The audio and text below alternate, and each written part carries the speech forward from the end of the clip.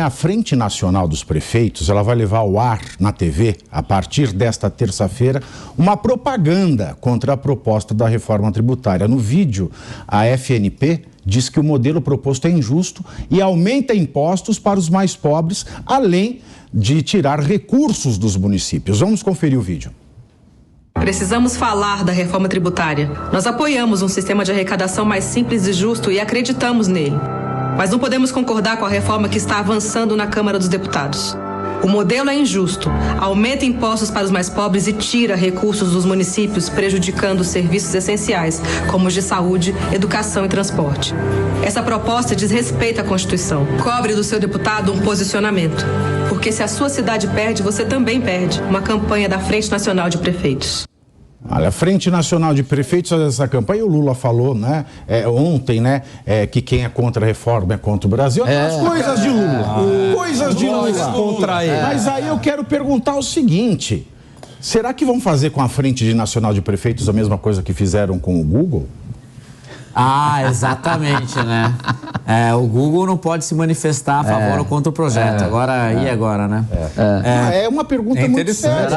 É uma pergunta muito séria. Porque as pessoas, a propaganda ela é verdadeira. A gente, antes de morar no Brasil, a gente mora nos municípios. É isso aí. Exato. Não é? É isso aí. Esse posicionamento de ser contra organizações manifestarem sua opinião sobre um projeto de lei que interfere diretamente na vida delas é um absurdo, porque todas as organizações, todas as associações têm o direito de manifestar suas opiniões sobre diversos projetos que vão impactar diretamente ou não, né? Porque senão a gente está cerceando a liberdade de opinião de uma empresa ou de uma associação. Então, e guerra fiscal, Alangani, não é típico de país de federações? É isso que é. Não é da federação. A guerra fiscal não é inerente à federação?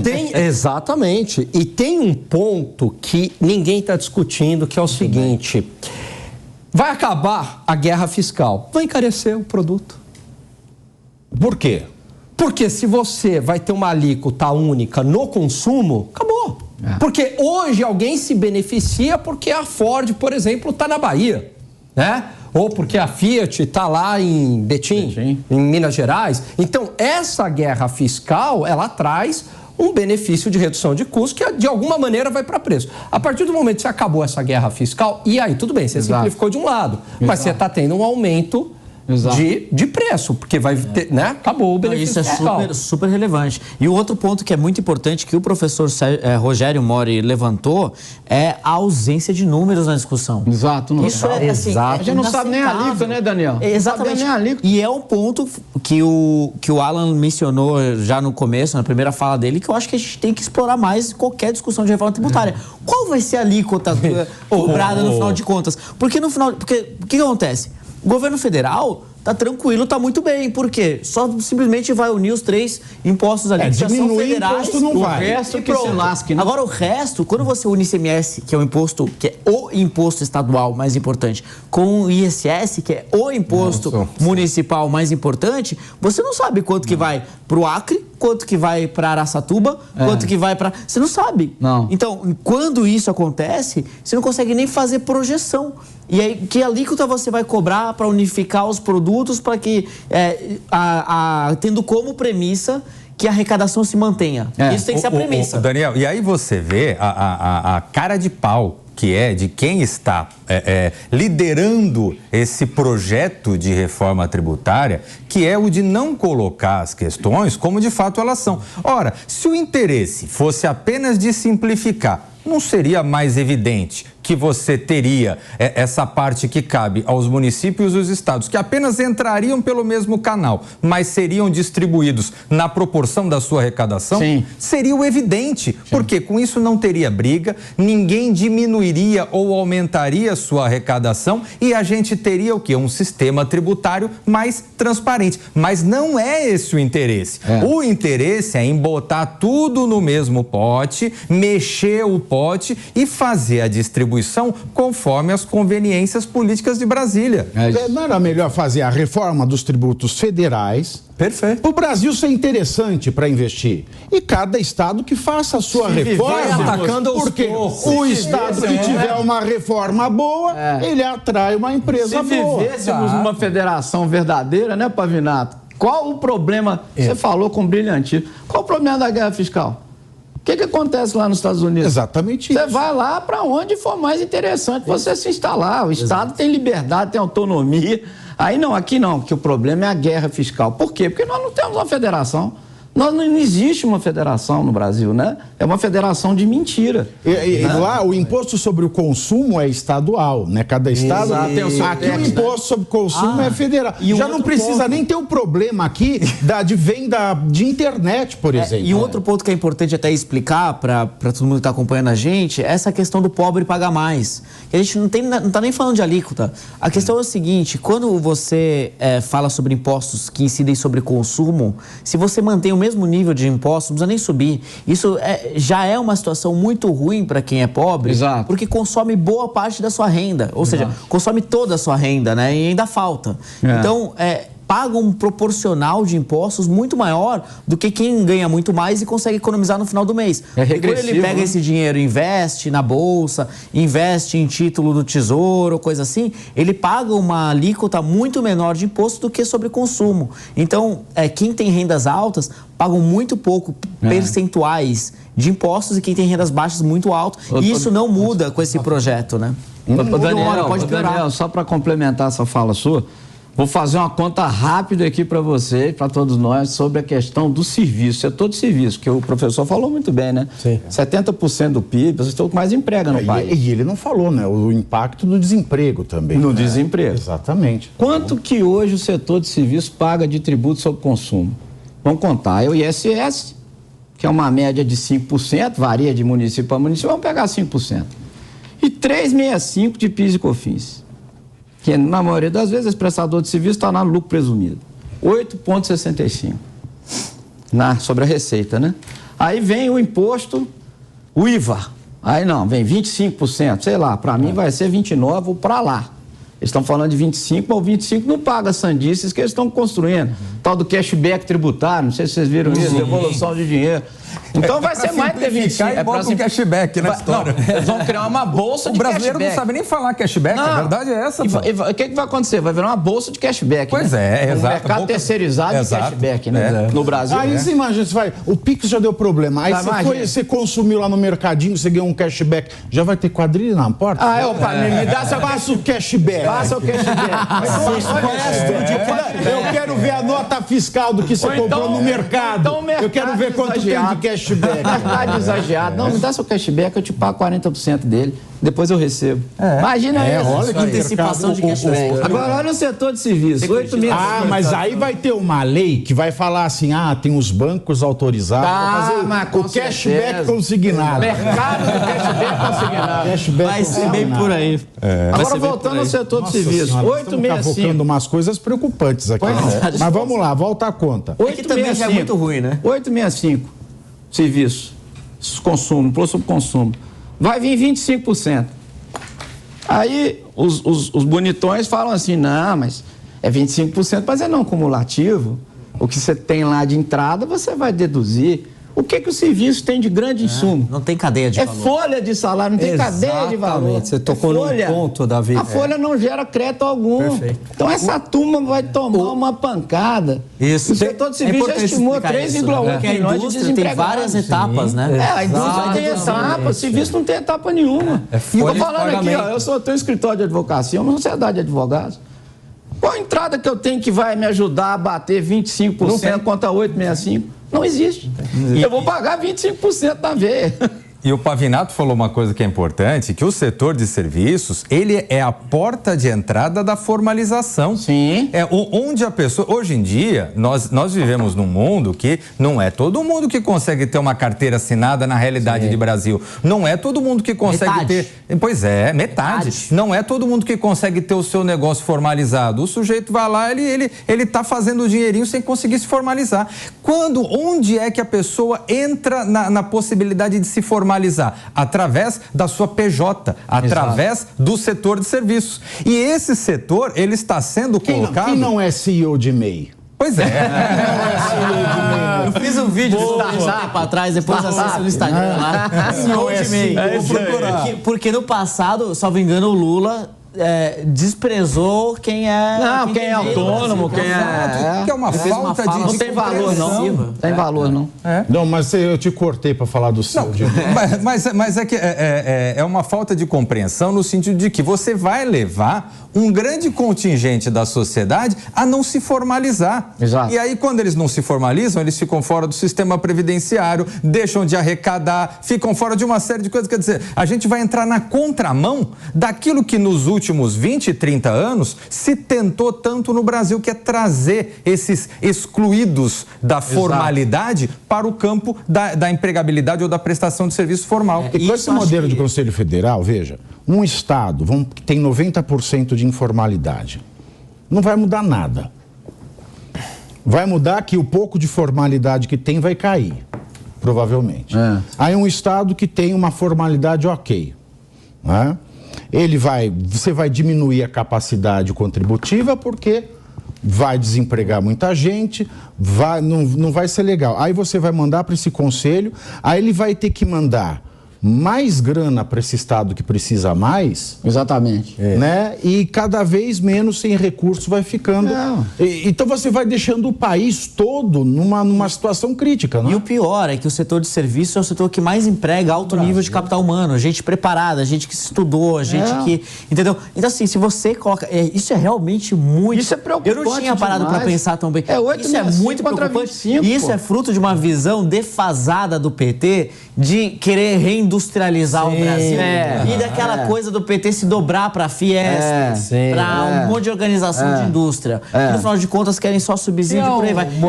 No final de contas, que é o modelo desenvolvimentista. E no final de contas, isso vai ser essa regra de desconto na cadeia, que é razoável para boa parte da economia, mas deveria ser considerado pelos diferentes setores e os seus desenhos específicos, como o caso do serviço, que não tem cadeia de valor. Né? Para a indústria, isso vai ser um baita de um subsídio no final. Vai ser um subsídio total. Ô, Davi, você tocou num ponto importantíssimo, que foi a tributação em serviço. Vende-se uma ideia, a narrativa é essa, que serviço não paga imposto, paga só 5 de ISS. Só que você tem a folha de pagamento. Tem um estudo aqui do Marcos Sintra, você deve conhecer aqui, Pavinato, professor Heleno Torres. Professor Heleno Torres, claro, titular da aula. E Maria Carolina Gontijo, né, professora do INSPER, advogada e consultora, enfim, na área tributária. Eu conheço bem, aliás, um abraço, professor Heleno Torres. Então, eles fizeram o estudo seguinte: o impacto do setor de serviço, hoje a carga tributária global é 30%. É em torno de 30%. Estou arredondando aqui os números, tá? 26, né? 26, desculpa, 26, aí você tem comércio 34, né? Então, serviço, tal, comércio, tal. Aí passaria serviços de 26% a global para 40%. Imagine isso, o efeito no preço. Porque vai pagar igual a banco. É educação, é saúde. Porque o pessoal de serviço não é restaurante. A educação vai ter aquela taxa. Educação e saúde. Educação. Tem as taxas diferentes. Tem 3, né? Aí começou a... É verdade. Tem aquele que vai do normal, depois vai ter aquela faixa que é da alíquota da metade. É verdade. Já começa errado. Serviços de educação, serviços de saúde, dispositivos médicos, alguns medicamentos, outros terão alíquota zero, transporte público coletivo, produtos agropecuários in natura, produtos de cesta básica e atividades artísticas e culturais nacionais. Esses vão ter a alíquota de vai ser 50% diferenciada. Então, se passa para 40%, vai ser 20%. Ou seja, vai meio que empatar, não vai? Aí tem as que são zero. Eu acho que que tem medicamentos, as que são alíquota zero, medicamentos, serviços de transporte público coletivo, ensino superior, nos termos do ProUni, ou seja, mais uma vez a visão do PT, no lobbyzinho ali do ensino superior. Universidade para todos. Esse lobby foi bom, e parabéns à Associação do Ensino Superior do Brasil, deu um belo de um desconto. Aí você tem, há 15, 20 dias atrás, foi o Marcelo Freixo, presidente da Embratur, falar sobre o que o governo vai fazer na questão de estímulo ao turismo. O Brasil, imagina, o Brasil recebe apenas 6 milhões de turistas no ano, enquanto a Torre Eiffel recebe 80 e tantos milhões, e falando tudo mais. Pois bem, o setor de turismo, que é hotelaria, Exato. que é restaurantes, que é eventos, que é espetáculos, todo esse setor de turismo vai ser amplamente tributado. A gente vai encarecer demais. Esse que é um setor que o Brasil deixa dinheiro na mesa. O Brasil tem uma capacidade de ganhar dinheiro com o turismo e não consegue fazer. E agora, além de não fazer a lição de casa, ele vai encarecer ainda mais. Exato. Agora, olhando pelo copo meio cheio, ainda assim, são 3 características diferenciadas, mas ainda é muito melhor do que existe hoje, que cada setor diferente, cada produto diferente tem uma alíquota diferente, é um caos infinito. Se você produz chinelo e crocs, Mas isso é tem federal. alíquota diferente. Isso é federal, não é? Ou é cada estado? tudo. Tem essa- Mas aí cada Pelo menos estado são só deveria 3 simplificar.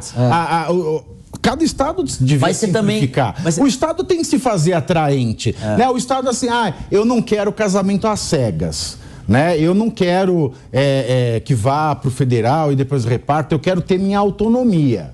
Né? Agora, para o jogo de sedução do negócio, o Estado precisa ir para a academia. O Estado precisa deixar o glúteo em ordem, não pode ficar caído. Ele tem que seduzir.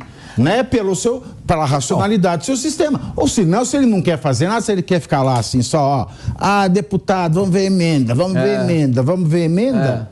Mas tem motivo para a federação? Não existe motivo para a federação se a federação continuar com esse pensamento de feudo. Agora, o que se vendeu de fevereiro até aqui, especialmente na reta final, onde se falou de se fazer o IVA dual, é que justamente você teria uma arrecadação federal, ok, ia ser federal, estabelecido e tudo mais, e uma arrecadação estadual / municipal, ok, que seria dividido daí proporcionalmente entre os estados e municípios, de acordo com a sua arrecadação. Se fosse isso, não teria problema nenhum, porque você ainda ia poder ter uma variação de acordo com o estado, onde você só centralizaria a arrecadação. Só o departamento arrecadador que seria mas ele olharia lá e falaria, bom, esse aqui é Espírito Santo, vai para lá. Esse aqui é São Paulo, vai para lá. Pronto. Agora, estão tentando, com a mão do gato, construir uma coisa que é você tirar daí do estado o poder daquele recurso que é seu. Daquele recurso que é seu, conforme está estabelecido constitucionalmente na sua competência de arrecadação, pela legislação tributária. E esse discurso vai para um balaio que vai ser dividido como... o Estado vai virar um cafetão. A União vai virar um cafetão. Exatamente. E por isso é o beijamão, né? É o beijamão. Porque, no final de todo mundo contas, beija a mão da União. hoje o que é arrecadado de ICMS fica em São Paulo.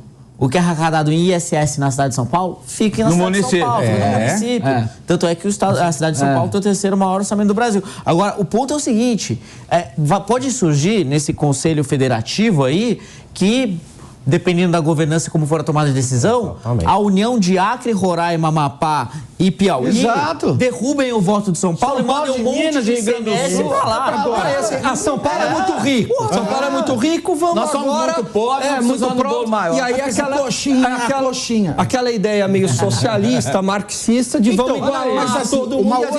Uma outra pergunta que eu acho mais perverso. Não tem um risco de acontecer igual acontece com o FAT, que é o Fundo de Amparo do Trabalhador? Aquele monte de contribuição, imposto para essa conta. Ou igual a Previdência. Vai lá, o dinheiro está virtualmente lá. Aí eu vou usando para outra coisa. Né? E aí eu não tenho dinheiro para pagar. Exatamente. Lógico. Não tem esse risco. Mas é claro que da federação usar esse dinheiro para os seus luxos. E falar, não, o dinheiro está lá. Aí amanhã depois falta dinheiro pro Bolsa Família. Não, gente, mas vamos pegar uma partezinha lá do dinheiro do fundo, do comitê. Tá tranquilo lá. Exato, falta dinheiro. Não, vamos pegar ali uma coisinha e tal. E aí vai indo, vai puxando. É a política do puxadinho. Olha agora o cenário são atual. 15 horas e 1 minuto. Olha o cenário atual. E como é que vai piorar? Eu falei, né? 33,71 carga tributária 2022. 22,78 União. Vai tudo pro governo central. 8,59 Estado. Você falou aí 7 né, que fica em São Paulo, mais ou menos, isso é 59. E município, 2,34.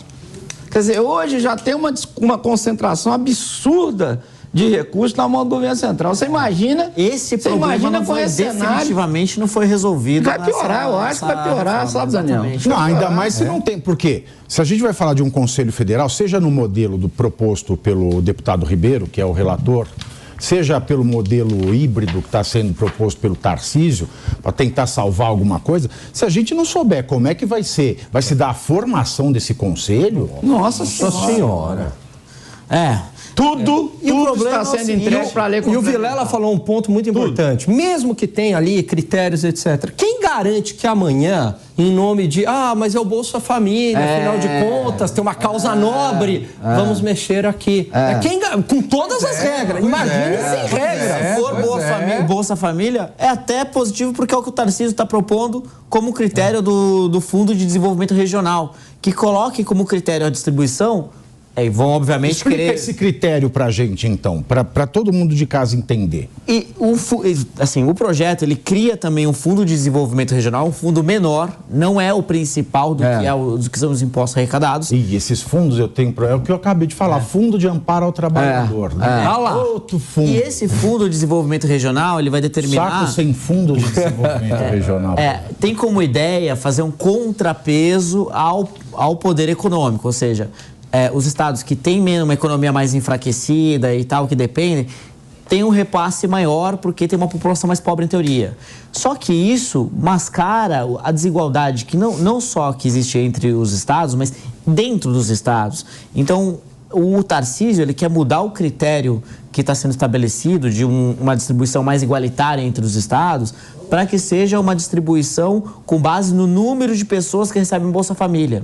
E aí São Paulo receberia mais, porque São Paulo tem muita gente que está no Bolsa Família, tem muita pobreza em São Paulo também. Então, enfim, esse é o critério que ele está querendo mudar e tentar reequalizar também a distribuição desses recursos aí entre os entes federativos. De qualquer forma, esses dois cálculos, eles se baseiam na pobreza.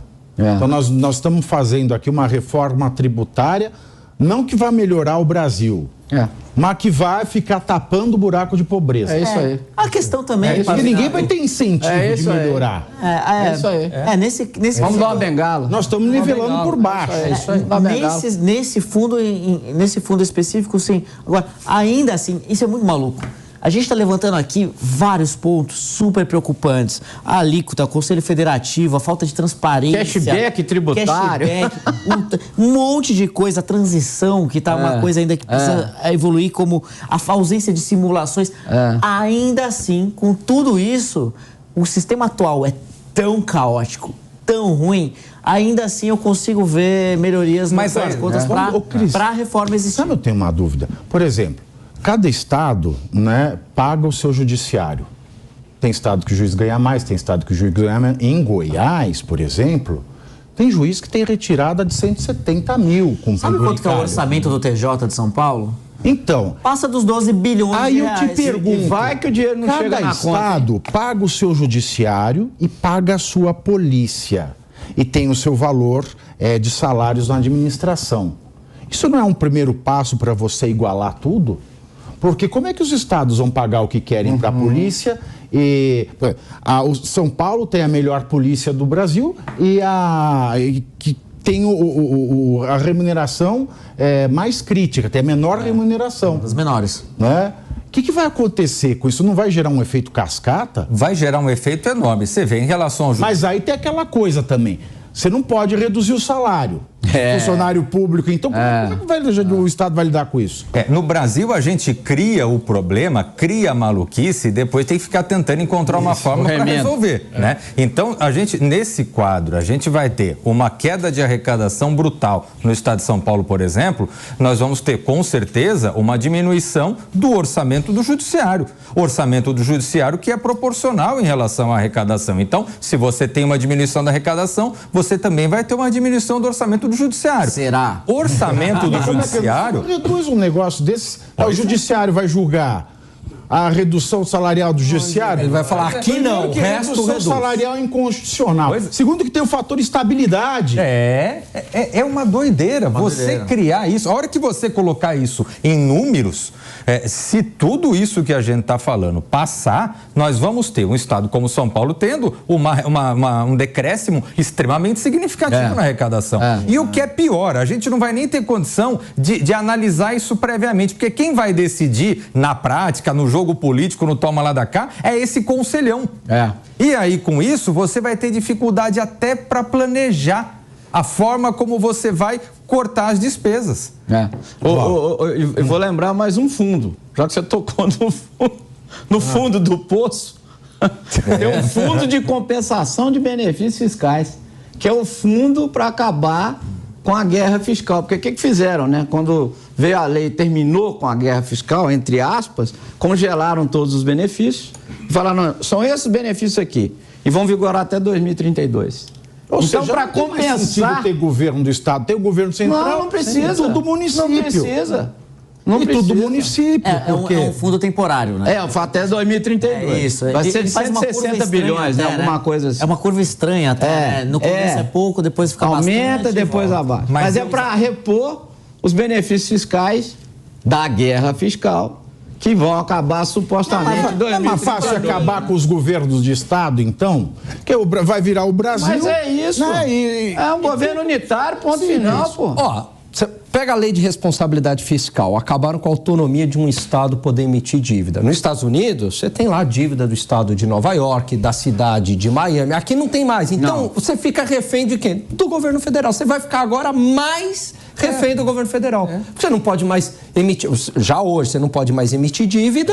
E agora, com a arrecadação, você depende do fundão. Toda hora, chapéu na mão no governo federal. Pavinato, você tocou num ponto aí que está me fazendo lembrar uma questão muito importante. Nosso ICM, né? O nosso ICM, que começou como ICM, depois virou ICMS, veio o S, né, de serviço.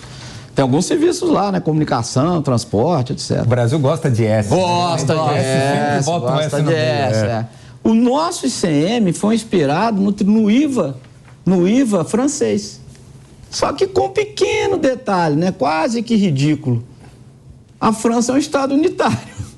Então pegaram lá o IVA francês, trouxeram para cá e falaram assim, mas peraí, como é que nós vamos fazer? Tem Estado de todo lado, o imposto é estadual. Não, então nós vamos ter que criar um sistema aqui. Aí quando remete para lá, você pega aqui, você tira ali. Aí você criou não tem substituição um IVA unitário, que é um IVA de 1 sobre 27 avos. 27 legislações diferentes para tratar do mesmo tributo, que seria um tributo unitário. 1/27 avos é sensacional esse conceito brasileiro.